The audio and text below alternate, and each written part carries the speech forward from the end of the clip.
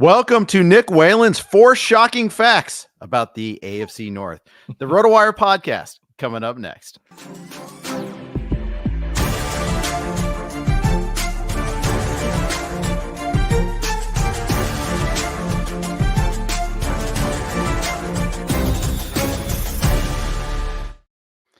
Hey everybody, welcome to the RotoWire Fantasy Football Podcast, brought to you by the good folks from Circa, from ACME Real Fantasy Football, and by Fantrax. Every Monday, we've been doing divisional previews. We're doing the AFC North today. Jeff Erickson here with Nick Whalen, and I hope everybody liked the Sislowski'd shocking title of the so there are 4 shocking observations, but it will shock you. It'll rock your world. All right. AFC North had 4 winning teams last year. Worst place was 9-8 with the Cincinnati Bengals. The Ravens were the 1 seed in the AFC last year, lost in the conference championship game to the Chiefs. Everybody knows about that. Lots changed though in this division. So that's starting off with the Baltimore Ravens, who lost pretty much their entire defensive coaching staff. They did. They've had some turnover, on this coaching staff each of the last couple of years. And, obviously we're going to see what this means with Mike Macdonald now out in Seattle. They brought in a new offensive coordinator last season as well. We'll see if, another season in that system, ultimately, yields even more rewards than last year did. But, the Ravens to me are one of these teams that, brought back essentially, all the players that we care about on the offensive side of the ball. They'll get a healthy Mark Andrews. Hopefully he can make it through this season. I think they're going to be extremely steady during the regular season, but they've kind of hit that point yet again, right? Where you have these doubts, right? Of, all right, if they win 12, 13 games, it's all well and good. They're kind of now in that zone where, all right, Lamar has his 2 MVPs. We know this is one of the best regular season teams. They have to prove it in the postseason, right? And that's not necessarily what we're concerned about for fantasy, but I think that is kind of the overarching narrative now for the Baltimore Ravens coming into this season is, all right, we know we can do it in the regular season. Can we actually get over that hump in the playoffs? Are there steps that they take during the regular season to try to make this a more successful postseason team, specifically when it comes to beating a team like the Kansas City Chiefs that, blew them out of the water in the postseason? Right now, Ravens 10-1 to win the Super Bowl. Those are the second shortest odds in the AFC, behind only Kansas City at 5-1. But first and foremost, Jeff, they have to make it out of this division, which once again, I don't know if it's the best division in football. It's absolutely in that conversation, but yeah, to me, it's probably the deepest 1 through 4. You have the Steelers at 8-1 to win the division right now. They're trailing Cincinnati and Baltimore and Cleveland. But we know what the Steelers are, right? We'll get to them later in the podcast. No matter what you think about the quarterback situation, no matter what you think about the coordinators, the roster overall, this is one of those teams that always seems to win 2 or 3 more games than it should. So absolutely, as much as I love this Baltimore roster, it's always going to be kind of a tough road to hoe when you're playing in the AFC North. Yeah, 100%. Some other numbers here. You mentioned that they were 10, I think 10-1 to win the Super Bowl, yep. 5.5-1 to win the AFC. Plus 145 most places to win the division, 10.5 wins. Although it's funny, DraftKings all of a sudden now has the Bengals at plus 140 and the Ravens at 145. It's kind of interesting. But BetMGM even has the Ravens, though, at 135. BetRivers 130. So, hey, as always, shop around, find your best odds. You can find, especially any sort of futures odds, you can find some variance there, especially when you get a little bit more granular. Yeah, no question. And what you're hinting at is, kind of the lack of correlation, at least at DraftKings, with the Super Bowl odds slightly favoring the Ravens, the divisional odds slightly favoring the Cincinnati Bengals. Yeah, that's wild. I mean, those teams are neck and neck to me for sure. And I know we want to start with Baltimore first and foremost, but should there be as big of a drop off from those top 2? Right now, Cincinnati plus 140 to win the division, Ravens plus 145. Cleveland's all the way down at 6-1. Is that too big of a gap for you? It's not big enough. I want them to be buried. I want them to be 600-1. No, just kidding. Okay, maybe I'm asking the wrong guy. Yeah. No. Is it accurately reflect the odds? Yes, I think it does. I think it's about right because I just think the Ravens are just that good. Mm-hmm. I think it's a fair price. Let me put it that way. I don't think it's like this slam, pound the table bargain. I don't think they should be worse than that either, though. I think that seems to me like where they should be. Yeah, I mean, significant questions for Cleveland, which we'll get to in a moment, specifically for me, at least being Deshaun Watson at quarterback. But, on the Baltimore side of things, once again, there should be a decent amount of consistency here, right? I mean, I don't think you expect, some sort of massive drop off from Lamar Jackson coming off of an MVP season. The big change, of course, is bringing in Derrick Henry. And, I think we'll get into the risk reward there, the degree to which we trust a running back like Derrick Henry at this point in his career. Do you view Derrick Henry differently than you would other running backs, given his build, given his makeup, kind of given the boost in situation, at least going from what was graded, by some outlets as the worst offensive line in football last season in Tennessee to what should be on paper a much better situation in Baltimore. In some ways, to me, it kind of mirrors what we're seeing with Saquon Barkley, going from a bad situation in New York to a much better situation in Philly. And like Saquon Barkley, part of the difficult evaluation when it comes to Derrick Henry, even putting aside the health and the age concerns, is okay. He's going from the situation in Tennessee where he was very clearly the guy. You don't really have a running quarterback in Tennessee. Apologies to Will Levis, but much like Jalen Hurts in Philly, you're like, all right, so maybe I like Derrick Henry, being dropped into this offense, but you have arguably the best running quarterback in the NFL now. What does that mean as far as his workload share? Yeah, I think that's a great question. But the thing is, he's in both, two running backs, not just one, but two running backs went to the Clippers, not Clippers. I always say LAC and I say Clippers, the Chargers, and Gus Edwards and J.K. Dobbins both gone there to the same team, which is interesting there. So Justice Hill remains. Keaton Mitchell, he's eventually going to be a factor there, but he's on the PUP list. He's working his way back from a ACL tear, and it was suffered in December. I don't expect Mitchell to do anything this year. He's a zero for me. He's I think he's in a dynasty league. You add him in a redraft league, I'm not even bothering. I just, maybe you can pick him up. I feel like you should be able to pick him up later. I want to keep those roster spots free. I don't want to have guys that aren't going to play at the start of the season.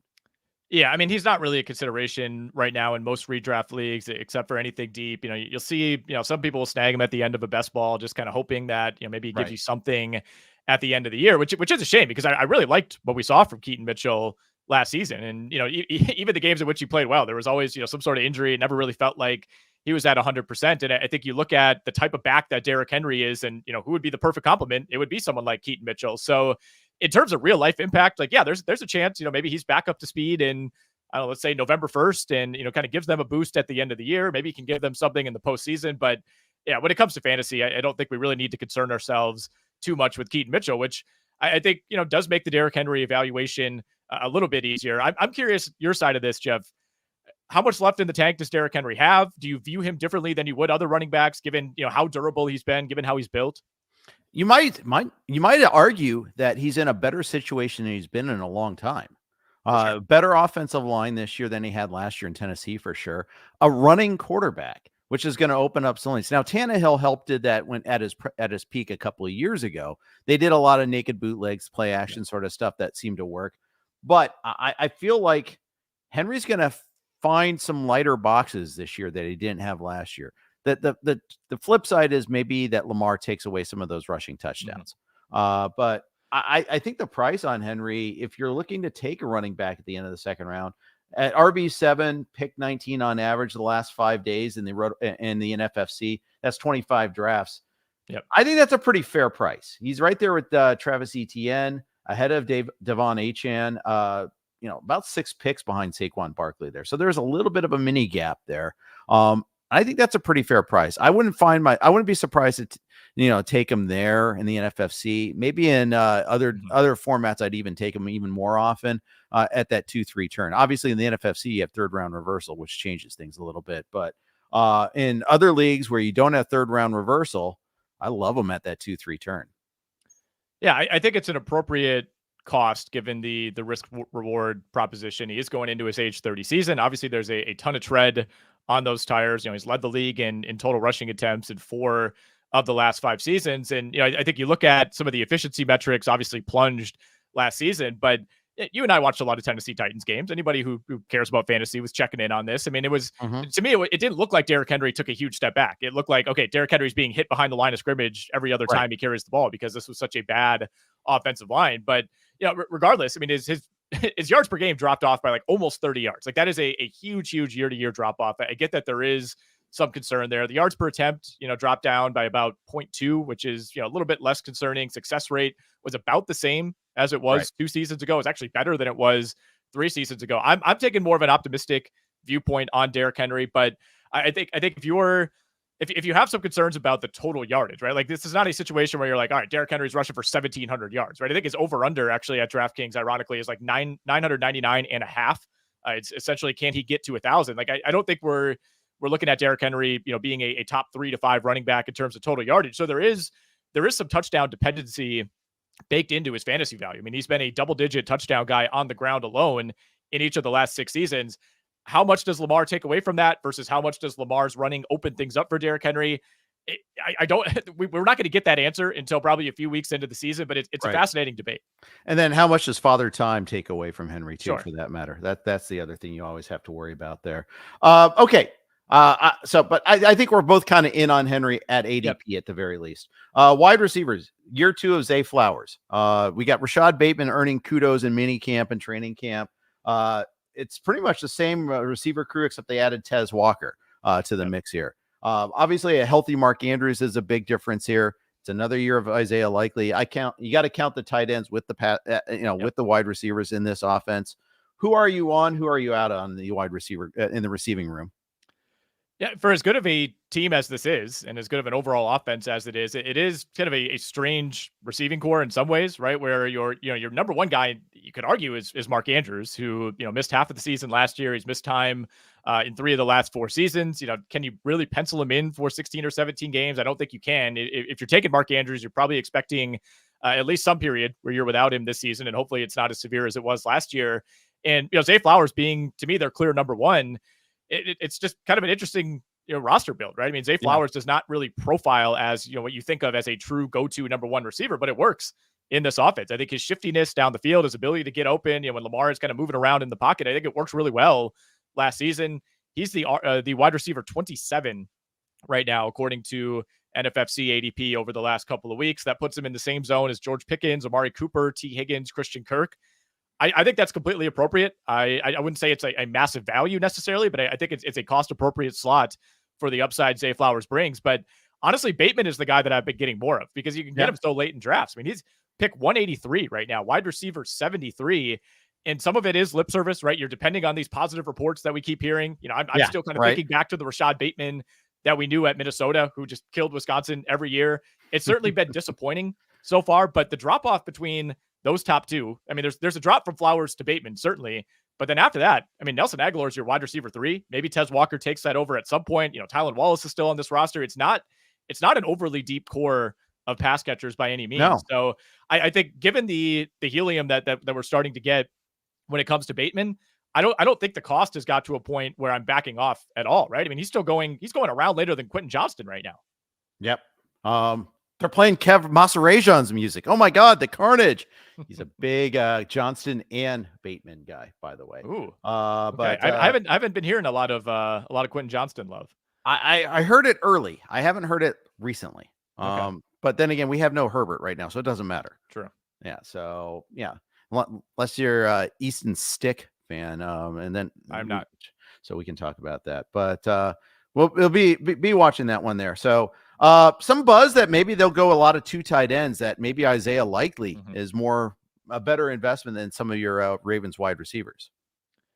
I think that's fair, especially if you're like me and you're maybe a little bit more pessimistic about Mark Andrews' health outlook, right? I mean, in my mind, it's like, all right, if I take Isaiah Likely late in a draft and, he's going in ironically about the same zone, as Rashad Bateman, pick 177, actually closer to 178. Over the last couple of weeks, a guy who in, a lot of traditional, home league type of formats probably won't even be drafted. You could pick him up off the waiver wire. I think there's a ton of upside here. I love all the flashes that we've seen from Isaiah Likely. He's just been blocked by a much better player when healthy in Mark Andrews. So, obviously when Andrews is out there, there's going to be a cap on what Isaiah Likely can do. But when you look at, at that point in the draft, some of the other tight ends who you're parsing through, you're beyond the Dalton Schultzes and the Cole Kmets, these clear starters who maybe you don't feel great about because some of the other pass catchers in their offenses. But I mean, I'm taking him over Hunter Henry. I'm taking him over Cade Otton. I'm taking him over Chigakonkwo. And, at that point, then you're getting into, some of the other much lower end tight end 2s in the NFL. I think for a guy you can get maybe with your last or second to last pick, in some shallower drafts, take him and, assume that if Mark Andrews misses time, you're going to get a really, really high quality starting tight end for at least a handful of weeks really late in the draft. So I'm in on Isaiah Likely. I think they've kind of been grooming him beyond Mark Andrews. And like you said, if they start using more 2 tight end sets, I think it's totally viable. This is not one of those teams where you have 4 receivers you feel good about. I'm especially in on Likely in the NFFC format there with the 20-man rosters where you have like nine bench spots to play with. The only tight end handcuff in the league. All the other, because seriously, if Andrews does get hurt, Likely just goes to the moon. Whereas any other backup tight ends, like, maybe, we'll see about that there. So they lost a lot of defensive players too. Patrick Queen obviously is playing his wares in Pittsburgh of all places. That's kind of tough. They lost to starting Geno Stone is in Cincinnati. We talked about the coaching changes there. They brought in players too. Don't get me wrong, but they had to make some tough cap-based decisions here. Yeah, they did. And that's just kind of the cost of doing business when you're a sustainably successful team, right? You see it with all the best teams in the NFL. You can't keep everybody around, and you have some brain drain when it comes to the coaching staff as well. I mean, they reinvested, in their secondary at the end of round 1, took Nate Wiggins out of Clemson. I thought one of the better values on the board. We kind of saw that cornerback run late in round 1. And I think Baltimore in some ways was still lucky to get one of those guys in Nate Wiggins. Obviously you got Kyle Hamilton, one of the best young safeties in the NFL. You got a healthy Marlon Humphrey coming back this season. Mm-hmm. Baltimore's been one of those teams that regardless of who the coordinator is, regardless of, the personnel changes, you just kind of trust that they're going to be a good defense. Right. And I know that's not good analysis, but there's like this Ravens way of playing defense. And when they went out and got Roquan Smith, it's like, that is just an all-time fit. Like Roquan Smith was just born to be a middle linebacker for the Baltimore Ravens. So, you can say this about any team, but obviously, if injuries creep up, that's going to be an issue. But in terms of the personnel they have on paper, there's a reason they're 10-1 to win the Super Bowl. Yeah, I hate and respect the Ravens because they're so good at replacing themselves and all that. I think even like at the GM level, Ozzie Newsome, time to retire. Next one steps up, next man up, even there too. Very smart front office. Can't stand that they're smart. They opened at 11.5. They've been bet down to 10.5 pretty much everywhere. I think DraftKings might have been the last holdout among the places I was looking, because back when we were in Vegas in July, you can still find them at 11.5 at DraftKings. Now you can't find that there even. So they're 10.5, but juice to the actually it's still juice to the it's juice to the under still, which is kind of funny. You can't even if you do over on 10.5. Oh yeah, never mind. That makes sense. Because everyone's betting the over on 10.5 now. Okay. Yeah, it makes sense. Everyone wants to bet 11. Yeah. And I think that's fair, right? I mean, they have a tough schedule. They're playing a first place schedule in a really difficult division. I mean, you go to the Kansas City Chiefs for the opener on September 5th. I mean, that's kind of it could be a avenge the demons game. It could be all right, we're inciting even more panic that we just can't beat this team type of matchup as well. And, they do get the Raiders at home in week 2. That should be a very winnable game. Then you go to the Dallas Cowboys, home for the Bills, at the Bengals in the next 3 weeks. So, I mean, I'm not saying the Ravens are going to start 1-4. I think that's pretty unlikely. Maybe you split the Cowboys and the Bengals games. Maybe you beat the Bills at home. I don't know, but it's certainly not all right, this team's going to get, they could be 5-0 through 5 weeks type of start. It is a bit of a minefield to begin the year, and that's before they even get into the meat of that division. Yeah, they're sneaky good in Cincy. They've been pretty good there in the past. And Dallas has been sneaky bad in interleague games. So there's that too. Let's move on to the Bengals. But before we do that, of course, we have to take care of some business. And let's talk about our friends at Circa. The biggest pro football contests in Vegas are back. Circa Survivor and Circa Million are now up to 16 million in guaranteed prizes. Ooh. 2 ways to win and no rake. Circa Survivor contestants select one team each week with no point spread. Last the longest to win it all with $10 million guaranteed. In Circa Million, make 5 picks against the spread each week for your share of $6 million guaranteed. Quarterly and full season payouts. Enter in Nevada. Play from anywhere. Visit circasports.com for details. I'll be playing Circa Survivor. Nick will be playing Circa Millions again this year. Let's go. Let's do this here. Cincinnati Bengals finished 9-8 last year. Had the annual Joe Burrow training camp injury, and yet he's back. The reports on him are pretty good so far. This year, you look at their odds. They're 10.5 wins again. So they're right there with the Ravens. They're pretty close in like a lot of the conference and divisional odds as well. Plus 700 to win the AFC. The AFC North, I think it's closer to like, what is it now? It's pretty close to the Ravens, actually. Plus 140 at 145. DraftKings, 165 at FanDuel. Shop around, folks. You can get that better price. But point is, they've got some pretty decent odds in their own right there. They do, and it's essentially a lost season that the Bengals are coming off of, which is brutal because you have the T. Higgins situation kind of hanging over this team, and I thought there was a real chance that he wouldn't be back in Cincinnati. It does look like he's at least going to play out this season and then likely move on next offseason. They got to figure out the Jamar Chase contract as well, which I think they will do. They're kind of in a standoff as teams like the Bengals tend to find themselves in, but I think they'll lock him down and still be fine going forward. I think the one benefit, Jeff, or maybe there are a couple benefits of how last season played out. One, you identified a pretty high-end backup quarterback, for this team where, if Joe Burrow misses 8 straight games to end the year, you're probably not going to make the playoffs or win the Super Bowl, but you at least feel comfortable if Joe Burrow misses a week or two throughout the season that you can still beat half of the league with Jake Browning. They demonstrated that last season. And look, for a team that still finished 9-8, that was good for 4th. That was dead last in the AFC North. So now you get this last place schedule looking ahead to this season, and their strength of schedule projects to be the 6th easiest in the NFL, which is saying a lot considering the teams that you have to play in your own division. But whereas the Baltimore Ravens get an out of division rotation game against the Buffalo Bills, who do the Bengals draw in that division? They draw the New England Patriots. Yep. That's week 1 right there. And in fact, if you go by like the win totals page over at RotoWire, they get the our betting page. You can see all the win totals from 4 different books: Patriots, Broncos, Panthers, Giants, Titans, Commanders.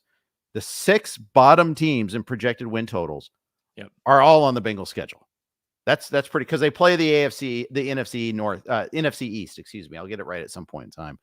That's pretty incredible that they get all those. And they also get the Raiders too. So 7 out of the 8. 7 of the bottom 8. The only one in the bottom 8 that they don't. There's only 2 teams with 6.5 wins or lower that they don't play, and those are the Cardinals and the Vikings. That's beautiful. Yeah, it's kind of a weird schedule. It's like a feast or famine schedule where it's like every game either projects to be really hard or really easy. And obviously there'll be more variance there, and they'll probably lose a game that they should win, and they'll win a game that they should lose. Sure. That's just how it goes in the NFL. But I think a pretty nice run to open the season. I mean, they do have to go to Kansas City in week 2. But part of the reason that I'm always so high on the Bengals, when it comes to futures odds specifically, is they've been the team to me that when healthy gives the Chiefs the most trouble. We've seen it in years past when they are actually healthy, and that's certainly a big if when it comes to Burrow specifically. But they've kind of been that team that's had the Chiefs number when no one else really in the NFL or the AFC has. And after that Chiefs game in week 2, they got a number. Yeah, they're calling. They get the Commanders at home in week 3. They go to the Panthers in week 4. You got to play Baltimore at home in week 5, but then you get the Giants. I was going back and forth with the VSiN host. I think it was Jared Smith last week, who said, he's looking at Bengals as the last undefeated team. And I'm like, well, if you got to win that Chiefs game, obviously in week 2, and maybe you have to beat the Ravens in week 5. But I think there's a compelling case there, for this team to have a 4-2 at worst, maybe a 5-1 type of start. But it's really going to come down to, can they make it through the preseason without another Joe Burrow injury? Like you said, the annual Joe Burrow injury has kind of set this team back. They've gotten off to these slow starts. Obviously, Burrow missed time a couple of years ago. He tried to play through the injury to begin last season. Didn't really look like himself, I didn't think, until like week 4 or 5. And then, of course, got injured shortly after that. But I think things are positioned pretty well here for Cincinnati to kind of make one last run with what might be their best offensive roster for the next few years. I think it's a team that will be able to reload around Chase and around Burrow. I like Chase Brown as kind of the future of that backfield, and we'll discuss what that split will be this year with Zach Moss. But I think if there's an opportunity for the Bengals to finally stay healthy and make that run, I think this is the year. Yeah, I agree. And I think all you have to do is kind of just look at this. Higgins will be gone. There's no doubt about that in my mind. And replacing him won't be as easy. I don't think it's just a plug and play to get somebody else next in there, but we'll see. Burrow might play in the preseason opener, which is, I believe, let's see, the 10th is Saturday. So Saturday is their first preseason game. Yep. He might actually play. This is something that the Bengals don't typically do. They're because he's Zach Taylor's part of the McVay tree, which means don't play your starters in the preseason tree. So, but I think because he's missed so much time in the last couple of years in the preseason, last 3 years actually, that maybe they want to kind of make sure he hits the ground running a little bit more. We'll wait and see on that one there. But Where are you taking Joe Burrow? Like, are you willing to go ahead and take him at, let's see, at cost 8? And what's going back to ADP in the NFFC, he's QB7 now. He's behind Stroud and Richardson, barely ahead of Jordan Love and Kyler Murray. In terms of the cost, I think it's fair. I think you're getting a slight discount, based on how last season went specifically. And I think in terms of upside, we're talking about a guy that 2 years ago, despite missing a game, still had, almost 4,500 yards, 35 touchdowns. So I think if he can replicate that, which is very doable, I think if you take him with the 70th overall pick, you're going to be okay with that. But I have not found myself landing a ton of Joe Burrow or really shopping in that general quarterback range. If I don't get Allen, Mahomes, Hurts, Lamar, maybe CJ Stroud, there are some formats where I'm willing to buy in on Anthony Richardson, but in most of the quote unquote traditional drafts that I've done, I haven't. I would rather wait, another round and a half and just grab Dak Prescott. I'd rather wait, even further down and pick up someone like Jared Goff, pick up someone like Trevor Lawrence. Kirk Cousins is going, in the 130s right now in the NFFC.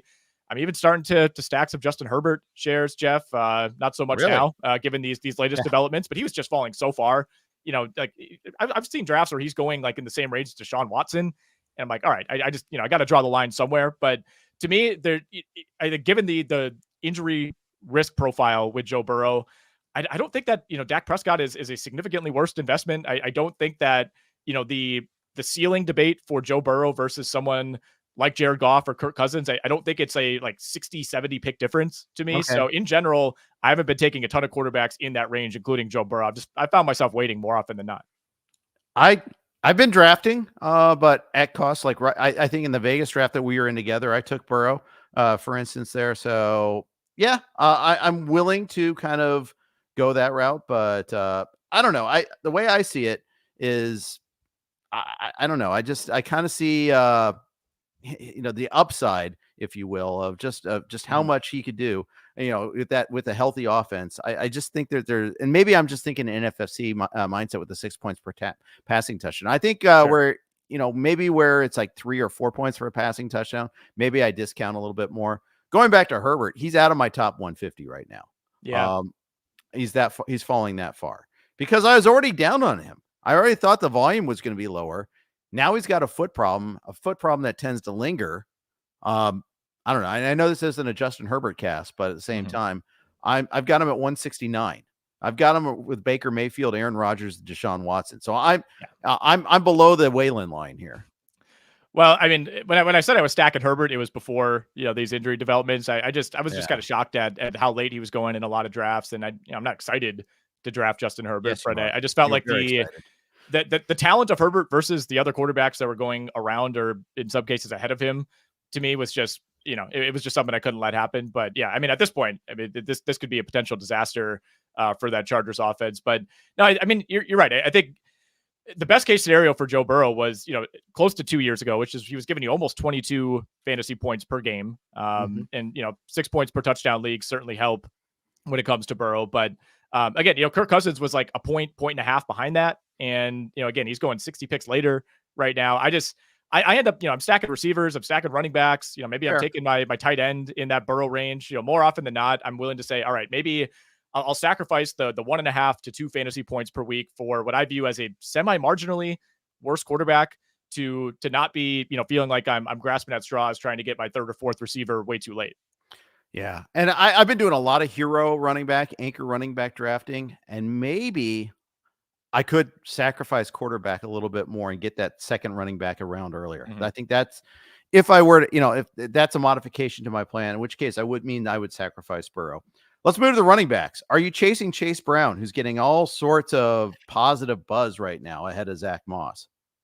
Well, here we are on August 5th, and the most recent NFFC ADP has Chase Brown as RB30 going at pick 96. Zach Moss, RB31, going at pick 96.7. This is about as close as it gets. And there are a few of these situations that have developed. Nick Chubb and Jerome Ford are back-to-back in ADP right now. We'll talk about the Browns backfield in a little bit. There, I think the Eckler, Brian Robinson debate, that's going to be out there. Najee Harris and Jaylen Warren are going 2 picks apart right now on average. So that's just, 3 situations in this division alone where we're kind of throwing our hands up when it comes to these running backs. I really like Zach Moss. I did a video that you could find on our YouTube and kind of made the case for why he's still a value, even with, the potential emergence of Chase Brown taking over more of a share of that workload. And there was a lot of Chase Brown buzz this weekend specifically, because I think it was Orlando Brown, the tackle, came out and said, look, if I'm taking a running back, if I'm playing fantasy, it's going to be Chase Brown. I guarantee he has a huge year. Yeah. And, that means something, but it's coming from an offensive lineman. It's not coming from the head coach. So I don't want to overreact to that, because everywhere Zach Moss has been the last couple of years, he's shown up and he's produced. He was a top 5 running back through week 6 last season before Jonathan Taylor, returned to the team and was fully up to speed. And obviously once that happened, Zach Moss was marginalized, but I think they brought him in for a reason. I don't think this is just hand the backfield to Chase Brown. At worst, you're looking at a split where, yeah, they both cannibalize each other, but it should also be really productive. Joe Mixon led the NFL in goal-to-go carries last season. I think this is still an offense that should spend a ton of time, if not even more time, if Burrow's healthy, in the red zone. So, to me, Zach Moss is probably that guy. If if it's first and goal from the 7, you're probably giving it to Moss over Chase Brown. But I mean, you're a Bengals fan. I'm curious to hear your thoughts more than mine. So before training camp, I was all about Moss. I was all about Moss over Brown. And now I'm kind of questioning my priors a little bit there. Because, I think from I feel like Brown is probably the smart play. He's what who the sharps are on. Is the ascendant young running back. But yeah, goal line is an issue there, because, Moss has got a little bit more heft to him there, whereas Brown hasn't really proven it at the goal line a little bit more. Going back to your Mixon stat, one of the reasons why Mixon led the league in goal-to-go carries is he failed often in goal-to-goal situations. Fair. And so he had to go 2-3 times at it there. And the play calling was not very smart there at times too. I don't know. I just kept on running it into the pile and getting stuffed. Doesn't seem like that was a good stat. But in fairness, though, Mixon had some tough touchdowns too later in the season, especially. I remember a couple of those games where he really earned it. So I think it was the Minnesota game where he earned a couple of those like that. But point is, I don't know if, it's not always that good of a predictive stat. We'll see. But I'm finding myself wanting a little bit more Brown. Maybe I think it's not a bad idea. I mean, they're a bad idea to get them both. I mean, they're affordable. Kind of like the whole, like you were mentioning about the Steelers, the Browns, those running back combinations. I don't mind getting both of them. And then you're hoping one emerges. Yeah. You don't want to have to play both of them. That's the downside. If it's a true timeshare, then you're kind of hosed. But if it's one of those where one emerges, then great. Yeah, I mean, Harrison Warren, I think that's even more difficult to get both. I mean, it's certainly possible, depending on where you're picking, that you could get Brown and Moss. I mean, I got them both at the Scott Fish Bowl, but that's just, kind of a unique league where they're not going back to back in terms of ADP, given some of the, the scoring differences and the roster constraints. But yeah, I mean, it's a total guessing game, right? I think to sit here on August 5th and definitively say, this is going to be the guy, you're an idiot if you draft the other one. I don't feel comfortable or confident doing that. I'm not going to pretend like I have the answer here. And, for all the steam that Chase Brown has rightfully gotten, I love what we saw to Chase Brown last season. I thought he was fantastic. It's nothing against him. Zach Taylor a couple weeks ago mentioned, Zach Moss is the better pass protector of the two. That's part of the reason that they brought him in. And obviously keeping Joe Burrow upright is priority number 1 for this team. So I think you're looking for anything at this point, one edge over the other, who could be on the field a little bit more. We got an endorsement from your tackle on Chase Brown. We got an endorsement from the head coach about Zach Moss being the better pass blocker.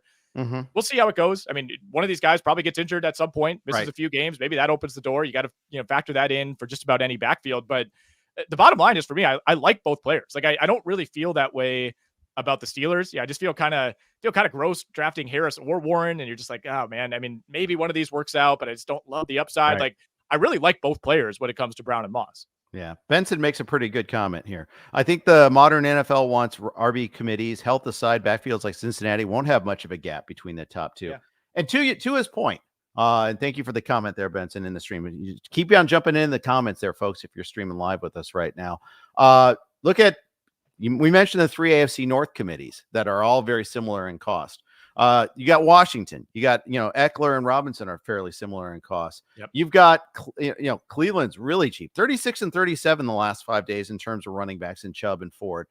The Chargers, I mean, my goodness, the number 1 Charger running back is running back 40.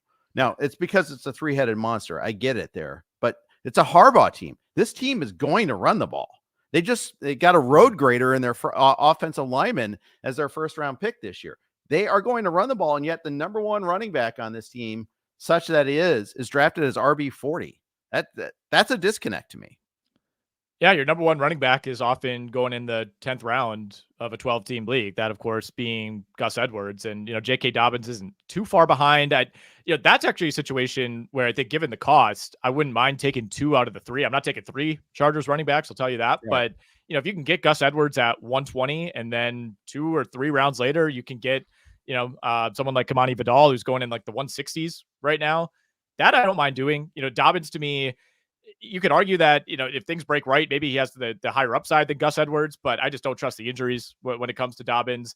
I think they drafted Kamani Vidal for a reason. There's a lot of people in the fantasy community that like his upside. And, part of it, I think, somewhat depends on how you think this Chargers season goes. And I know this is not a Chargers podcast, but do we see more of a youth movement? Is this a team that in year one under Harbaugh, like they want to just win as many games as they can, be as successful on paper as they possibly can? Or is it more about, young player development as that year goes along? Yeah, I think that's right. This really is Chargers cast. This is twice now we've brought them up, but they're interesting for a lot of different reasons there. Circling back to the Bengals real quick. You've got a clear top 2 in Chase and Higgins at wide receiver.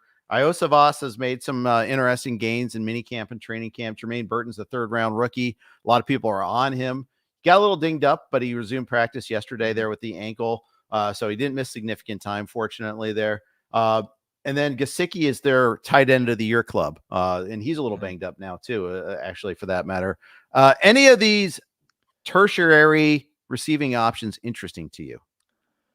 Yeah, there's not a whole lot to say about Chase and Higgins. And I still actually think Higgins is a reasonable value as the wide receiver 28 right now in the NFFC. I'm probably a bigger T. Higgins guy than most, but I was getting a lot of Jermaine Burton early on in best ball season because 1, he was going so late. 2, I like the pedigree coming out of Alabama, and 3, I really like the landing spot for him. He's one of those guys where it's like, man, if he goes to, I don't know, Washington or Tennessee, you're like, I don't know if this is going to work out. But I think him landing in Cincinnati specifically, having an elite quarterback right away, having a team that has real expectations right away. There's some off-field concerns when it came to Jermaine Burton. I think he landed in a really good spot, but all of a sudden, like you said, Iosivas is kind of passed him up on the depth chart. Their wide receivers coach, said not long ago that, if we had to put out a depth chart right now, Iosivas would be our number 3 over Jermaine Burton. So I have backed off of Burton a little bit, but I still think, long term, they really want Jermaine Burton to be a big piece for this team. I think they took him for a reason, not necessarily that he's going to step in and just be the next T. Higgins starting in 2025, but he's someone that I like in longer term and dynasty formats. I'm starting to wonder if Jermaine Burton's going to have that impact right away in year one, because in years past, right, Jeff, I mean, this has been the rare offense where I'm comfortable, drafting the wide receiver 3, who was Tyler Boyd, and just gave you a really high floor. There are question marks there now, but you could also argue that there's some more intriguing talent. You kind of knew who Tyler Boyd was, especially these last couple of years. He was pencil him in for, somewhere between 650 and 800 yards, handful of touchdowns. He'll have some nice weeks when T. Higgins or Jamar Chase are injured. There's more question marks here, but to me, there's now more upside with whoever wins that wide receiver 3 job. Yeah, I agree. Meanwhile, Trent Irwin is the player that fantasy owners are going to hate and Bengals fans love, because he always gets these clutch catches. And, there's like 2 catches for 32 yards, but both are for first downs or something like that. That sort of thing. Maybe he steals a touchdown from one of the premier receivers and all that. They also have one other big injury already. They just lost Cam Sample on their defensive line. He is out for the year with a torn Achilles. So they're already lacking depth at the defensive end spot. Sam Hubbard's been banged up. Trey Hendrickson's been banged up. This is a defense that gave up a lot of chunk plays last year. And their D line is, they had some reinforcements, but it's already kind of thin. This is tough.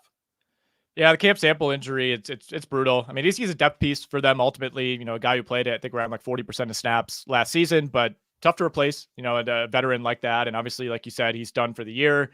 Not super concerned about, the injuries for Hubbard or Hendrickson now, but, we're also like 3 months removed from Trey Hendrickson just kind of throwing a trade request out there out of nowhere around the draft. And the Bengals essentially just said, yeah, no, thank you. You will be playing this season in a Bengals uniform. And hopefully that's smoothed over. But That maybe this is a good way to end on the Bengals. Is do you feel like there is kind of this cloud hanging over this team? Like for as good as we think they could be, they're absolutely to me a Super Bowl ready team if they stay healthy. But what's your level of concern as a Bengals fan having so many trade contract situations for key players hanging over this organization? Yeah, I kind of denied the cloud last year and the cloud won.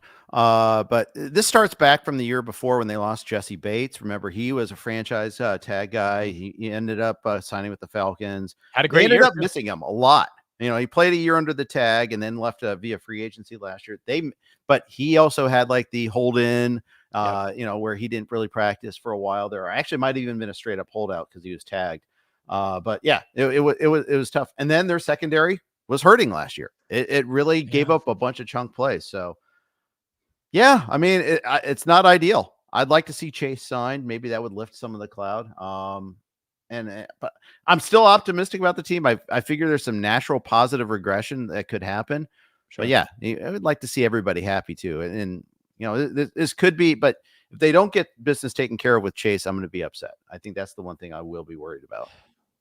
Yeah, and it's really hard to speculate, if they don't get that done, what does that mean for Ja'Marr Chase's fantasy value? It's like, it's probably negligible. It's just not something you want to get into, right? You don't want to, they've had this like 2-year battle with T Higgins that it doesn't look like they're ultimately going to win. And, with Ja'Marr Chase, it's just, I don't know what else you need to see, right? I mean, we've seen plenty of other elite wide receiver contracts come down. I think it's pretty clear what range he belongs in that discussion. Mm-hmm. It's near the top. Maybe it's not quite Justin Jefferson money, but it's very close. And, to try to quibble over that or, get him to take a team friendly deal.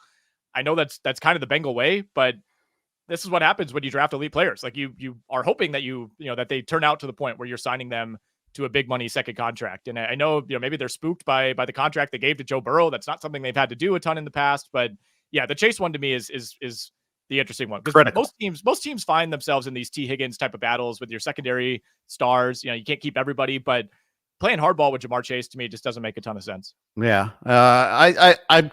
I'm pretty confident it gets done, but yeah, it's definitely something to kind of watch for there. Yeah. All right. We talked plenty Bengals there, as we probably should be expected, but we're going to move on, talk Browns. But first, quick note from our friends at Fantrax.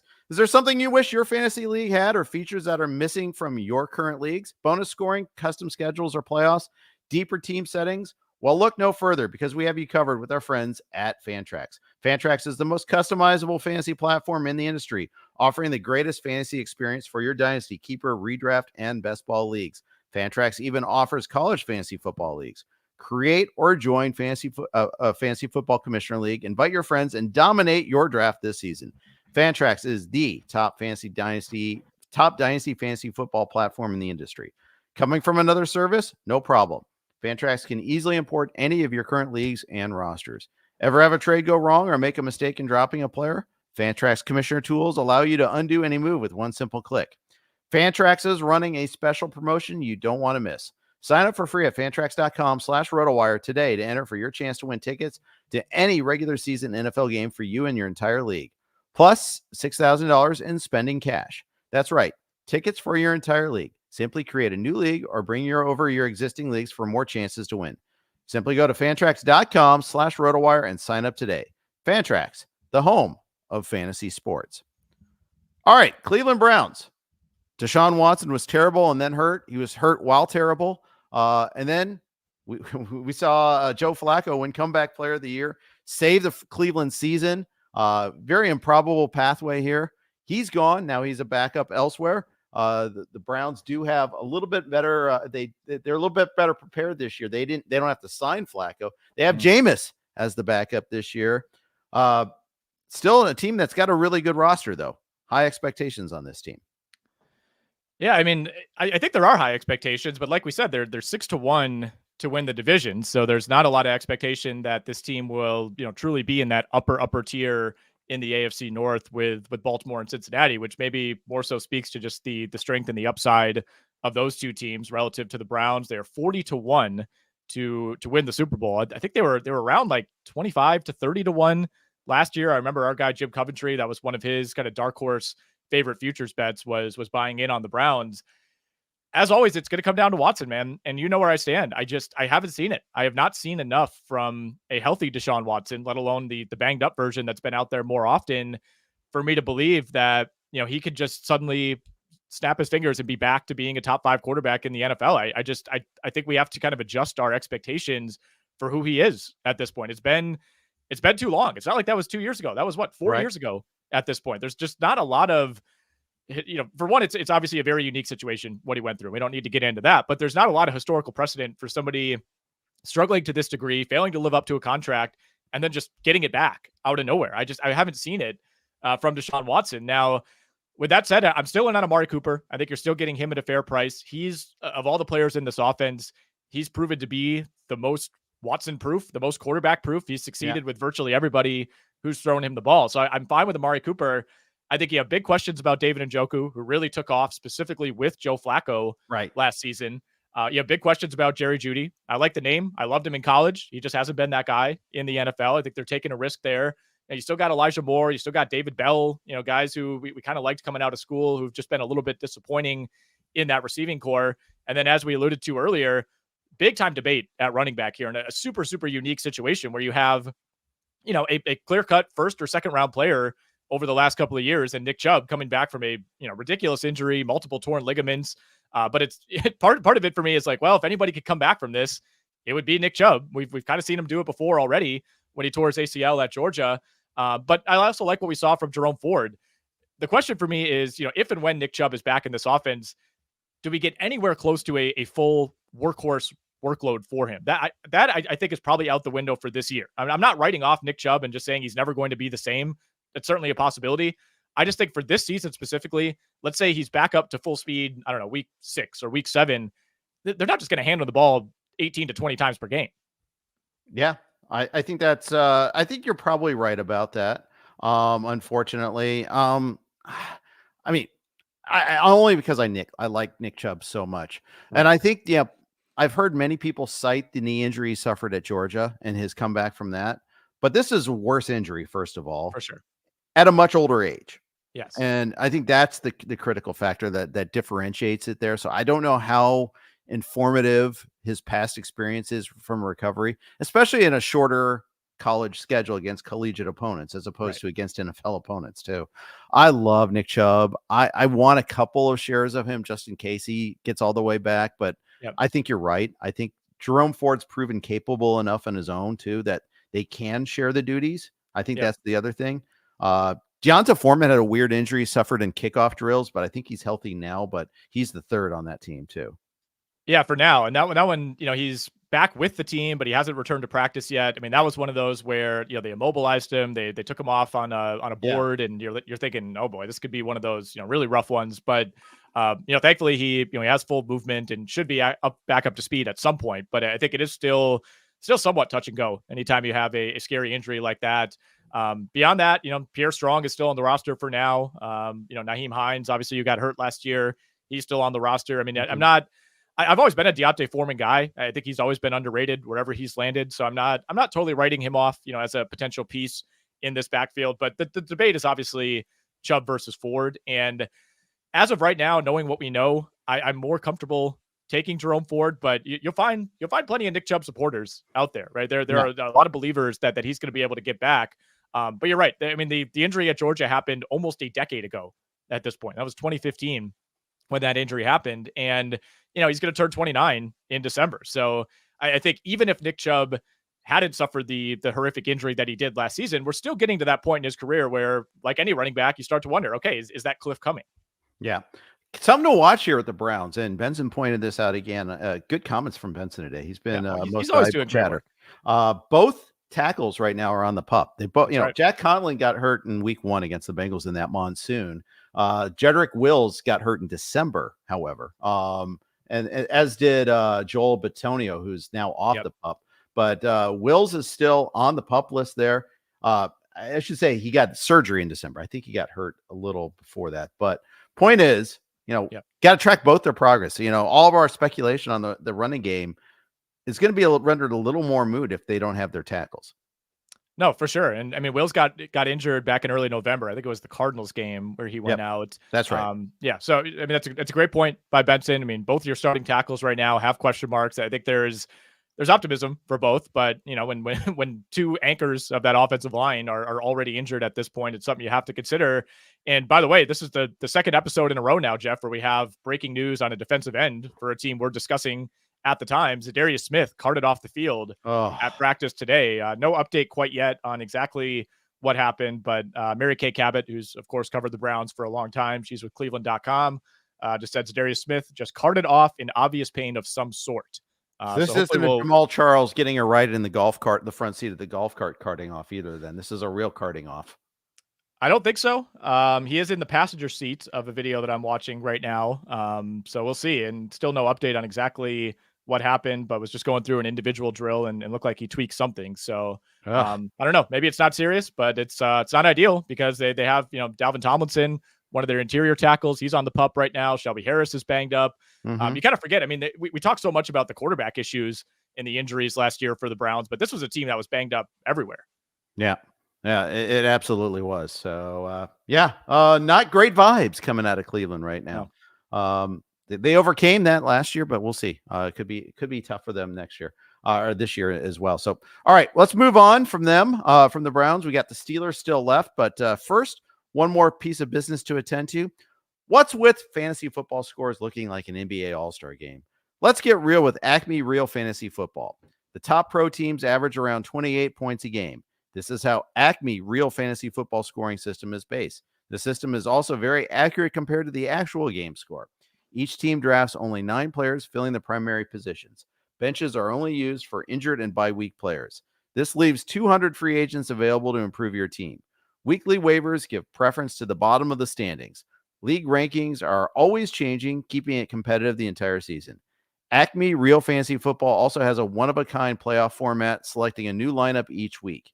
All teams are competing from week 1 through the Super Bowl.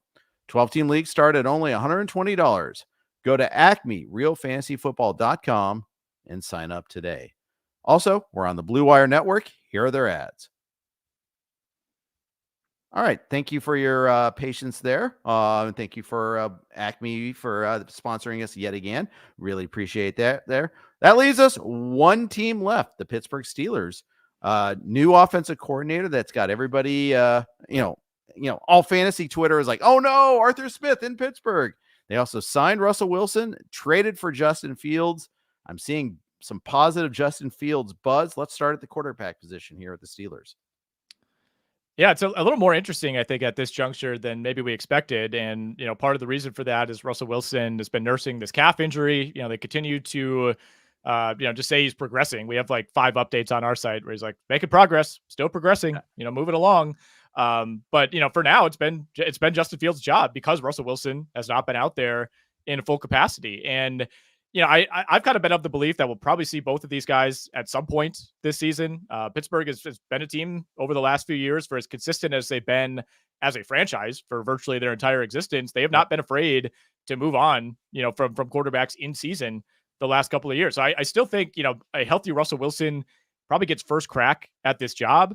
And, the Steelers' undying mission is always to win like exactly 9 games. And I think Russell Wilson is probably capable of putting them in that mix. But I also think, they acquired Justin Fields for a reason, right? It's not like he's just, some guy hanging out on the roster. It's not like it's a Malik Willis situation where he's just like, yeah, I guess we took him. He hasn't looked that good. We'll just keep him around for the duration of that rookie deal. It's like they went out and made a point to get Justin Fields. And I don't think that the idea, unless Russell Wilson, just has a big time bounce back season at this point in his career, I don't think the idea is for Justin Fields to have no role. So, again, it's still probably Russell Wilson's job to lose when he's healthy. But I think the fact that Justin Fields has gotten a few weeks worth of reps here and is going to see plenty of reps in the preseason, he's got a chance to show them something. And for a team that, was stuck in the mud for virtually the entire season last year, they had 13 passing touchdowns as a team. You didn't exactly bring in a coordinator who inspires, this great degree of change where you're all excited about what the offense is going to look like. If anything, it's been the opposite. Right. Maybe you need someone like Justin Fields to kind of mix things up and break the malaise that's been the Steelers offense for the last few years. I think there's such a, I think there's such a disconnect between fantasy Justin Fields and real life For sure. Justin Fields, though. He could be a top 5 fantasy QB. He cannot be a top 5 real life QB. He could be someone that is better than Wilson. He can have those games. It can be the Justin Fields game where he pulls out a victory from the jaws of defeat. But for the Steelers, but he also can be that guy that throws the 3 touchdowns, takes the horrible sack, and it's like, I don't know if we see that sort of development with him. That's the thing I always worry about with him. Yeah, that's fair. That's fair. And, obviously we talk more in a fantasy context, on this show, and, maybe there's some wish casting going on for me because I do have some Justin Fields exposure, especially in a certain 2 QB league that I'm in with you, where I kind of need Justin Fields to play at some point this year. But I think we see him. I really do think we see him. I'm just not in on Russell Wilson at this point in his career. I think, he was in a pretty good scheme situation last year with Sean Payton. I don't think you can say the same necessarily for what it's going to look like in Pittsburgh. I do think, and this is a very dangerous way to think. I will openly admit that there is it can't be as bad as it was last year element for me when it comes to the Steelers offense. Like there's just no way they're only throwing 13 passing touchdowns again. And that's part of the reason that I find myself, back in on George Pickens, but it's not a great group of pass catchers outside of George Pickens. Like it's not a fantastic situation when you just look at the personnel around Russell Wilson to begin this season. A guy who is competing for their wide receiver 2 role, Roman Wilson, in all likelihood, going to miss a decent chunk of the preseason, dealing with a foot ankle injury. He's already out of his walking boot, so that's good, but he's going to miss some valuable reps over the next couple of weeks.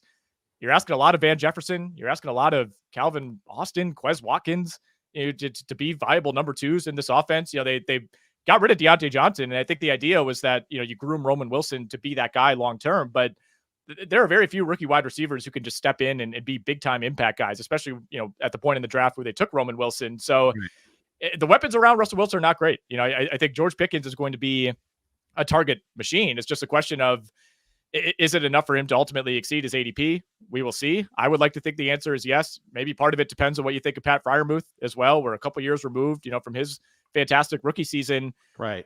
Yeah. It's not a fun offense to break down. I'll tell you that. And yet history strongly dictates that the Steelers are going to be in a lot of games that they have no business being in. They're going to pull out these wild wins like they have every year. They do, by the way, have the single toughest schedule in the NFL, according to Warren Sharp of Sharp Football Analysis. It's not so bad early on. They have a stretch where, they play the Broncos and the Chargers in back-to-back weeks. Those are week 2 and week 3. They get the Raiders, they get the Giants, they get the Commanders in a 3 games out of 4 stretch.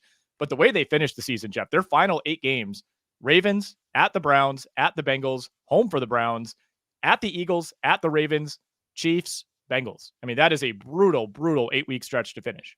Yeah. They better have their QB situation sorted out by then. They better have a second wide receiver.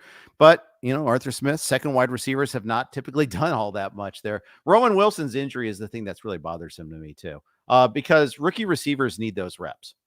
He's week to week. They're saying he's shed his walking boot at least. But he's unlikely to play in the first preseason game. Probably going to miss a bunch of practices. I suspect you'll see more Van Jefferson and Calvin Austin early than you will see Roman Wilson. So you're probably gonna have to wait till later in the season to see that. I think your safety blanket at tight end, Pat Freiermuth, will be a good investment early on, especially with that easier front-loaded schedule. Although I got to look a little closer to see if it's an easy tight end schedule. That's one of those things where in fantasy we probably don't do enough of. Is like, okay, what position are they vulnerable to the most there? And that's something obviously like Mario Puig does a great job with in his, in-season articles there, covering like his reports on the catchers versus the defenders there. It's some really good stuff. Jerry Donabedian does some good stuff with that too in season. So again, if you're new to RotoWire, you got to check out these features. You can check them out. You get a peek behind the paywall right now, rotowire.com/pod. No credit cards required, but really check it out because Mario does great work there. One thing that I think we have to mention when it comes to this receiving core is they're one of the teams that's in on Brandon Aiyuk, at least if you believe what's happening on Twitter, right? And I don't think I don't like to draft under that assumption, that they're either going to add him or not going to add him. It's like, do you really prioritize that at this point?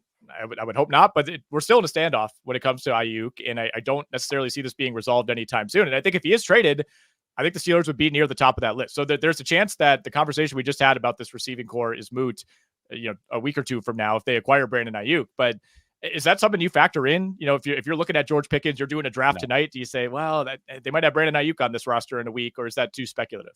I don't think it happens. Okay. First of all, San Francisco wants a veteran receiver coming back. Who is Pittsburgh going to trade? Well, that's a good question. They're not trading George Pickens, and I don't think if I'm San Francisco, I don't really have any interest in Van Jefferson. The counter to that is they just drafted a receiver in the first round, right? I mean, isn't Ricky Pearsall Brandon Aiyuk insurance in some ways? Except he got hurt in his own right a little bit there. Jacob Cowing, they also drafted too. Activated from the PUP list at least, or the active non-football injury. I always get the two just conflated there. Pearsall is coming back from the hammy though. I don't think I think Pearsall is a project though. I don't think he steps in right away. I mean, yes, he is ultimate long-term insurance. Just like Jermaine Burton is ultimate T. Higgins insurance. I don't think it happens this year though. I don't think either of them get dealt. I think the season has to go really poorly for both these teams for them to consider trading him. I don't think it happens preseason. It might happen by the trade deadline. I think it's unlikely in both cases, even still. I think they play out their contracts.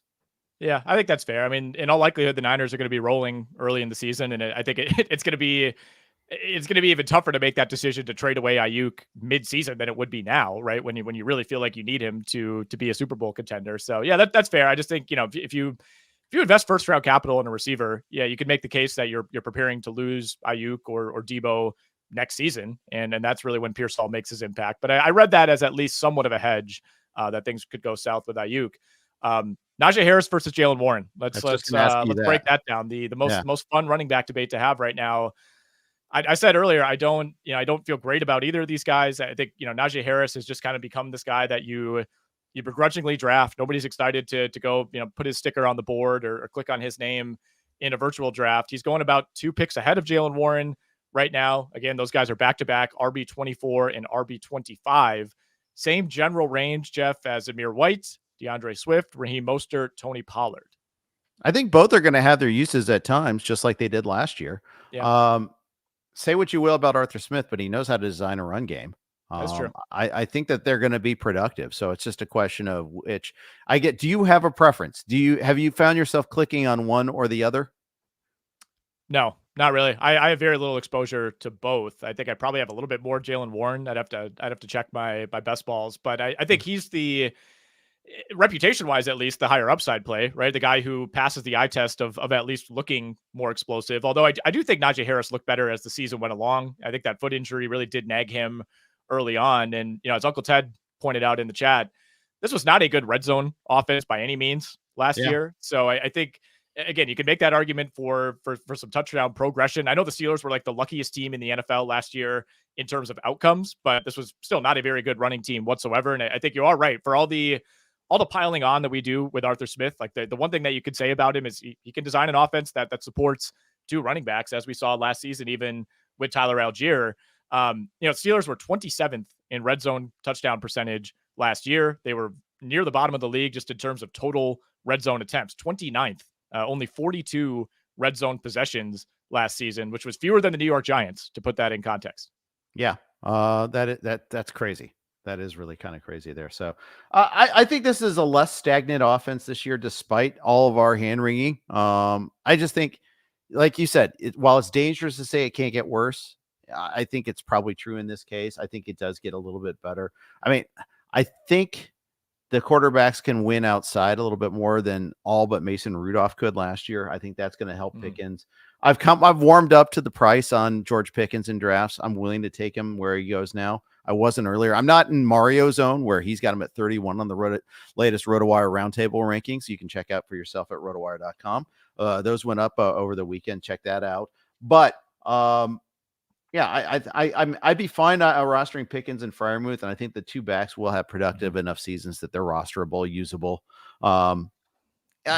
It's gonna be an interesting team. I think their defense is gonna be legit again. And again, first half of the season, you want this defense. Maybe not in the second half, but most defenses are like that, where you're going week to week anyhow there. And I don't think you're paying like a super early price to add them. I got to double check on that. But currently they're number 6 defense in FFC, but you're picking like pick 190 there as far as that goes. Only the Ravens are even paying anything remotely close to an expensive price at 153. Yeah, that is a good point. We don't talk a ton of team defense, but most fantasy leagues are still, you still got a roster of defense. And yeah, I think early on, I mean, I don't love the matchup at Atlanta in week 1, but I think if you feel like you could just survive that, getting the Broncos in week 2 and the Chargers in week 3, even the Colts in week 4, we'll see. I mean, that's kind of an eye of the beholder team as far as what you think their ceiling is. If you don't want to play the streaming defense this game, I think, looking into the Steelers does make some sense. And, it's a defense that, ranked 10th in defensive EPA last season, and a defense that was put in horrific spot after horrific spot, right? I mean, you think of how many times this offense just couldn't do anything, short fields, things of that nature. Defense was on the field a ton last season. For this team to be put in as many poor positions as it was and to finish 6th in total points allowed, I think was pretty impressive. So for as bad as the offense is, there is a lot to like on the defensive side of the ball. And, I think the Wilson Fields situation is ultimately going to determine where I fully settle on George Pickens, because I do think again, in some ways, what Justin Fields could bring to this offense, if they kind of need a wake up call midseason and they make that move, it's going to look different. You're going to get, more mobility. It's going to be a completely different offense. If Justin Fields takes over at some point, I don't think that helps George Pickens. I think if you're a George Pickens fantasy owner, you probably want Russell Wilson in there as long as possible. Yeah, I think so too. Interesting disconnect in the betting side of things. We talked about the Browns plus 2,200 to win the AFC, plus 800 to win the division, 8.5 wins. Steelers plus 28 to win the AFC, plus 800 to win the division, 8.5 wins. Something's got to give there, right? Yeah, I mean, I get it. There's just, I think the upside play for the Browns is Deshaun Watson magically comes back, right? And there are still people out there that think that could happen. With the Steelers, I think there's just a pretty clear ceiling, right? I mentioned, a lot of if you look into some of like the luck factors, the luck statistics from last year, especially early in the year, I mean, it was just insane. Some of the games that they were pulling out and some of the games that they were hanging in that they had no business, doing that. Those statistics don't tend to be sticky year over year. I think there is probably some comeback, in that realm. And, they have a good enough defense that they'll be able to hang in, but it's really like, it's not out of the question, to picture the Cleveland Browns winning like 10 or 11 games and like, sneaking their way into this division. If Lamar goes down or if Burrow goes down, I think the Steelers just have a lower ceiling to me. So I get why they're so far behind in terms of the division odds. And, obviously this is not a ready-made Super Bowl contender by any means. No. And, the top of the AFC is so good too, where it's like, okay, even if you're the biggest Steelers fan in the world, are you really like, all right, well, they can make it past the Chiefs, the Ravens, the Bills, the Bengals, the Texans, the Jets, the Dolphins. Like, the odds are stacked against them for a reason. Yeah, for sure. I get it there. And maybe the defense provides that floor, but it's just, I just still think the win should reflect those odds. I don't know. I think if they didn't do it, and if they didn't want it, I think maybe if they didn't want to go all the way down to 7.5, if they could go to 8, they would, but they don't want to have any even numbers on win total. So They want to have some action on there one way or another. Yeah, so no question. I mean, it's a team, you got to respect it, right? I mean, they have a very narrow range, right? It's like, it's hard to picture the Steelers going 4-13. Right. But it's also hard to picture them going, 11-6, right? I mean, it feels like they're really locked into that like 7 to 10 wins. And the fact that they won 10 games a year ago with some of the worst quarterback play, if not the worst quarterback play in the league, you got to respect what Mike Tomlin's doing. But again, the schedule is much, much tougher this year than it was last year. I mean, the back end of the schedule could be a total disaster. I mean, they could be, 4-2, 6 weeks in, given how the schedule breaks down. But there's, barring something unforeseen with some of those late season opponents, it could get ugly late. Yeah, and if it does, we might see our first coaching change in Pittsburgh in a really, really long time. No, come on, Mike Tomlin's locked in. Not if they go 7-10. Not if this roster. I don't know. Yeah. I think you don't think Mike Tomlin's built up a little more cachet than that. I think he should. You know what? The Rooneys probably have, and he deserves it. Don't get me wrong. I just know there's some real negative energy going around on Pittsburgh fan base right now. That's kind of my point. I don't think trust me, I don't think he merits firing at any stretch, but I do think the seat is warmer than it's ever been. I think it would have to go really, really south for him to be in any danger. And it's like, he's one of those guys that if he were to get fired, like every team with a vacancy would be bringing him in, right? Like I agree. That's something you have to ask yourself. But then again, we said that about Vrabel and he's unemployed. That's right true. now. That's true. Yeah. That is true. We had that conversation, but that's something you have to ask yourself. It's like, if we fire our head coach, are there going to be 6 other teams that will hire him in an instant? And I think when it comes to Mike Tomlin, the answer is yes. Yeah, you don't want to be Andy Reided. That's for No. sure. Although, let's face it, the Eagles have a pretty good life. They're fine. They're fine. But I just think it's, he's kind of pulled escape acts the last 2 years just to get the 500 or better thing a couple of times. And if he gets to the non-escape, then I think the conversation will at least be had. Okay. Yeah. I guess the last thing I'll say on that is I just think there are enough scapegoats here. It's like, if this team is really bad, then it's like, hey, Arthur Smith, he did it again. He ruined the team. You have 2 quarterbacks who nobody really likes all that much. Like, I think there are like 3 fall guys before Mike Tomlin, but you never know. You never know. I mean, it's not a franchise that, is in love with mediocrity. So I get it. Yeah, that's right. So anyhow, that's my parting comment on the Steelers. Anything else you want to add from the division before we sign off for today? No, I think we covered it pretty well.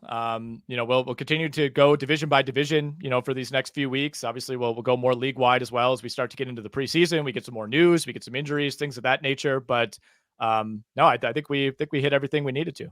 All right, very good. That's going to wrap it up for today. Of course, we got Jake and Joe tomorrow. Make sure to lock it in for that. Hit that like button, hit that subscribe button. That way you can be notified anytime we are about to stream. We are going to be doing this every single day. So make sure to check it out. Search RotoWire wherever you get your podcast. As always, check out the subscription to the site, and you can get the free trial, rotowire.com/pod. Big thanks to all of our sponsors, including Circa, of course, Fantrax, and ACME Real Fantasy Football. That's going to wrap up today's podcast. Thanks for listening. Spend some time with us. Take care.